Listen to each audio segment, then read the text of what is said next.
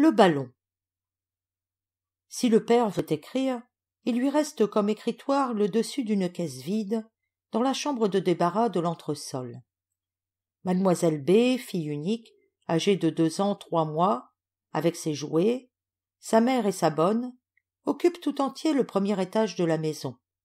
La chambre à coucher, le cabinet de toilette, la bibliothèque et jusque le petit salon.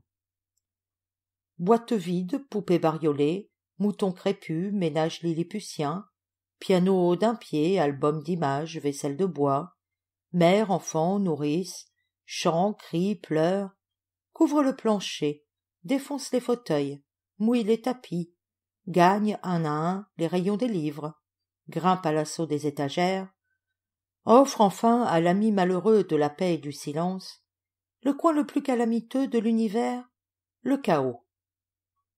Or, un visiteur vient d'apporter à B le seul jouet qui manquât encore, un ballon de baudruche énorme, rond, rouge, et qui présente, au bout d'un fil blanc, l'air d'un malicieux faux bonhomme, satisfait d'avoir trouvé le moyen, tout le plancher occupé, d'encombrer ce qui restait de place au-dessus. B, en apercevant cet objet nouveau, a bondi sur ses 4 pieds et crié « Oh, madame Bab !» ainsi qu'elle nomme sa balle de gomme et la lune. Miss, la chienne, est venue flairer le nouvel hôte, et le chat Mémène est descendu peu après de son coussin, avec circonspection. À peine madame Bab a-t-elle daigné répondre à ses honnêtetés, en dodelinant lourdement sa tête bouffie de vanité. Au bout du fil passé au poignet de B, elle danse d'un air important, monte, descend, mais si lourdement, en attendant si manifestement qu'on le lui ait commandé, qu'il paraît bien qu'elle croit indigne de son volume d'amuser si petit que B.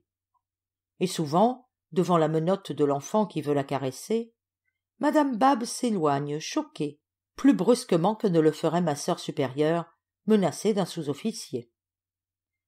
Mais B ne lui en veut pas. Elle est radieuse comme une maîtresse obéie au doigt et à l'œil. Elle goûte l'âpre émotion du départ quand le ballon bondit en l'air, puis la douceur du retour et de la possession quand elle le touche de nouveau et l'embrasse. « Ah » dit la maman, « avec un tel jouet, B va me laisser reprendre ma broderie au tambour. »« Bab, Bab, où est madame Bab ?»« Plus de madame Bab. » B hurle. Les yeux hors de la tête, elle montre au plafond la boule qui vient de s'enfuir. Saisissant l'occasion d'un moment de confiante tendresse, et tandis que l'enfant croyait se la voir unie par un lien plus cordial que la ficelle, Bab est filée. Sombre, muette, têtue, elle révèle enfin son âme mauvaise. Elle demeure immobile, collée dans un coin au plafond, juste au-dessus de l'amphore de Majorque, la blanche amie pleine de grâce et au cou délicat, dressée sur son étagère. Un bout de fil pend au nombril de madame Bab. Il flotte, et c'est tout ce qu'il reste d'espoir pour la rattraper. Le père est requis. Docile, comme il convient au père d'une fille, unique enfant, il se hisse sur la chaise la plus haute, fait des signes, appelle le ballon, non tant pour le ravoir que pour mériter le sourire de B.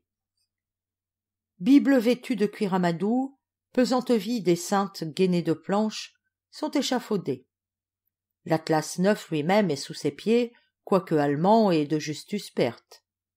Les pincettes à la main, du haut de ses tréteaux, le père s'étire, tend le cou, tâche à saisir le fil du ballon, avec la mimique d'un acteur adjurant l'infini. En vain, il faudra l'échelle.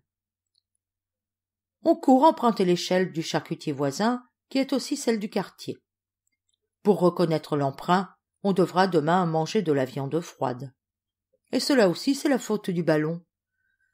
La machine vient avec bruit et importance. On l'entend cogner au mur ses montants, qui sont gras à la main autant que de la couenne de lard. Or, elle est si haute que ses pieds sont encore au palier, quand sa tête heurte le plafond de la chambre. On a beau l'incliner, l'insinuer, la pencher, la tordre, vouloir la prendre en traître, elle ne prétend pas entrer plus loin. Et puis, sans avoir servi, elle se retire avec le tumulte d'un domestique renvoyé. Que faire? B, dont l'âge est religieux, essaye de la prière. « Oh, viens, madame Bab, viens, madame Bab !» Mais il vaudrait mieux pour l'enfant demander la lune qu'implorer cette glabre face ronde.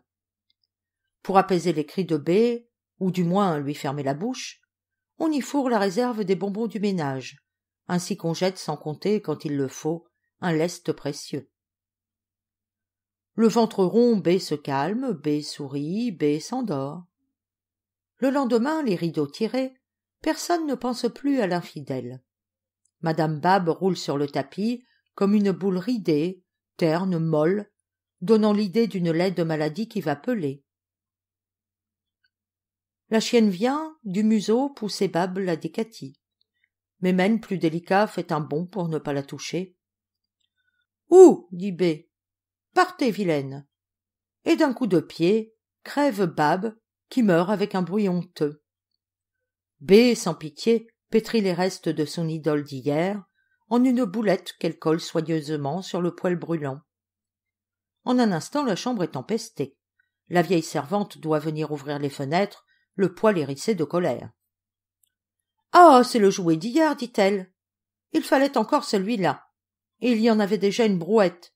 De mon temps, la vieille Thérèse a de la barbe, de mon temps, les enfants avaient, pour s'amuser, les rats morts trouvés au grenier, et quelquefois une taupe des champs, une taupe de velours. Et quel plaisir! Enfants, poules et pigeons embrennent et souillent la maison.